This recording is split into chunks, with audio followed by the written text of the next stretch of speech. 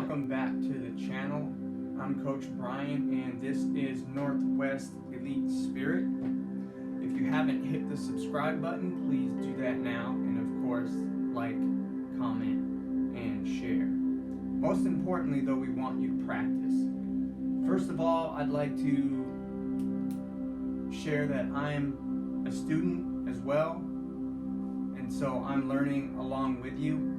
And these are my notes and my thoughts on the things I'm learning. So Don Juan has said to Carlos, you must detach yourself. And Carlos says, from what? And Don Juan answers, you must detach yourself from everything. Carlos answers that he doesn't want to do that because he doesn't want to be a hermit.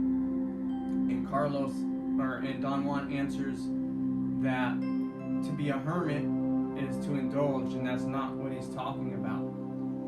And I think that Carlos answers that I don't want to be a hermit. I think it's hyperbole. I think he's distracting from the message that Don Juan is trying to give him, and he's trying to turn it into some other conversation, which is what we often do. It's strange how we all know and have experienced the benefits of letting things go and trying to stay present and with the things that we can control, controlling the things that we can control. But when we're really pushed to let go of those things that we know we can't control, yet we hold on to, we come up with some sort of hyperbolic language like saying, I don't want to become a hermit. Imagine all the things that you've let go, and imagine the things that you should let go and know it. Again, I think Carlos saying, I don't want to be a hermit, I think he's intentionally exaggerating, meaning to steer the conversation away from the reality of the power of letting go. This is something I've personally faced. The people around me wanting me to cling to say like they're the things that they cling to, and even when they know it's something that they should let go, they want me or you or somebody else to cling to it too. And another thing that I've ran into is when I am around people who are clinging to something and I let it go, I've been painted as uncaring, autistic, like I just don't have emotions, or sociopathic also, like I don't have emotions, even when they know they should let it go, but they just don't want to. Like those are the extreme hyperbolic extremes that people will take it to in order to stay in whatever it is they're clinging to. I think when we are clinging to something that we know we should let go, and we just don't want to let go of, and we see somebody else that was attached to it breaking away, I think that puts a crack in our ego, or widens a crack in our ego that was already there, and we can begin to freak out, and so we latch on even harder.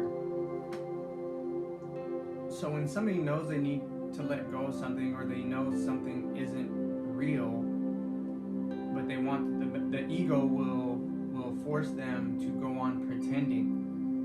And not only do I personally need to detach from pretending alongside them, I need to detach from trying to convince them to stop pretending.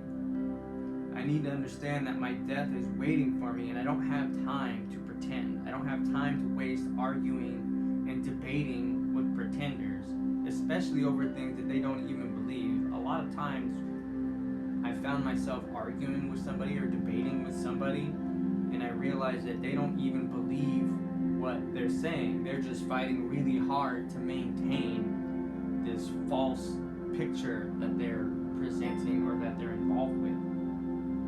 And that's as a fighter or as a warrior, that's one of the traps that I've fallen into a lot of times in my life. someone who knows my fighter nature or my warrior nature will use that as a hook to get me involved in the fights, arguments, and debates. And soon I can find myself having wasted a lot of time and energy, and even ruining relationships over this fighting, arguing, and debating.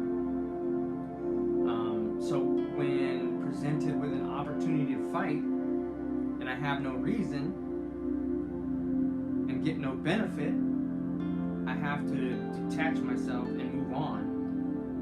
And it's important that I do move on and not stay detached yet lingering. So like, if I detach myself from the person and situation and I go away, yet in my mind I'm still lingering on the situation, I'm still attached. And I think that's what Don Juan means by being a hermit is an indulgence. It's a manner adopted in opposition to something else and rooted in something else. It's not true isolation or true detachment. There's no freedom in it. You're still attached to the situation you're running from. I come from a pretty messed up family, and many of my cousins have attempted to run away or to detach. Yet when I talk to these cousins, like the cousins that have gone away and you never see or rarely see, you talk to them and they're still very much attached to the things that have gone on in our family. They haven't really moved on at all. So how can the idea of death help me move on? Well, I don't want to spend my whole life or my dying breath anxious and worried about things out of my control.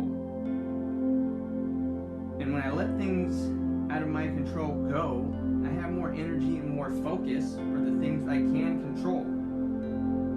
I have no pesky, intrusive thoughts distracting me from my personal tasks, motivations, and goals. And I'm not anxious and jumping erratically from one thing to another, which is like something you can run into. Like right now, I'm living in poverty, and when you live in poverty, you're like attached to making money, and so anything that's towards your personal goals and tasks can kind of, or not just kind of, they get pushed aside, and you don't see your will be done. You're constantly stuck in this poverty mindset, constantly distracted, constantly working on these things over here instead of working on your own things. And so that's another thing I'm detaching from, is trying to do all these things other than what I want to do with myself, which is to coach and teach. So knowing that death waits and can take me at any moment keeps me present in this moment and connects me more powerful in the now. And I think said to be the greatest samurai ever, Miyamoto Musashi, says the same thing. We must keep our death in mind at all times. And that's hard to do, but when you do it, it does bring you back to the realization that I could, choke on a piece of chicken an hour from now or something. And so to waste my time fretting and worrying about things that I can't control is kind of silly. And so every experience is more full. Everything tastes better. Everything is more beautiful and feels better. I know that when I'm out in the world, like I hike a lot, or I run a lot, or I go for a lot of walks. And when I'm out in the world feeling free and detached from just all the BS, man, like all the colors are more vibrant, the birds' songs are more beautiful. The connections I have with people when I'm out in the world become easier. It's really, my mind and my body move with ease. And so I think before I act. And acting and thinking in a worldly way leads to attachment and being bound up. Like I said, when I'm thinking about just scrambling and making money or paying bills, not saying don't pay your bills, not saying don't make money, but when that's all you get to think about, there's a lot of attachment, anxiety, and a lot of emotion emotion and expression bound up in that. And then when I act and think of my death, or act from and think of my death, it leads to detachment and freedom. Again, if I could die tomorrow, it gives me more, and we all can, but when I think about it, it gives me more freedom in the now. So that's where I'm at right now with this. Again, I'm just a student learning. I read these things, I try to think it out, I talk to you about it. Hopefully you'll comment below and let me know what you think about it. And let me know your experience with these things, and we can learn together. Subscribe, like, comment, share, and of course, practice. Thank you.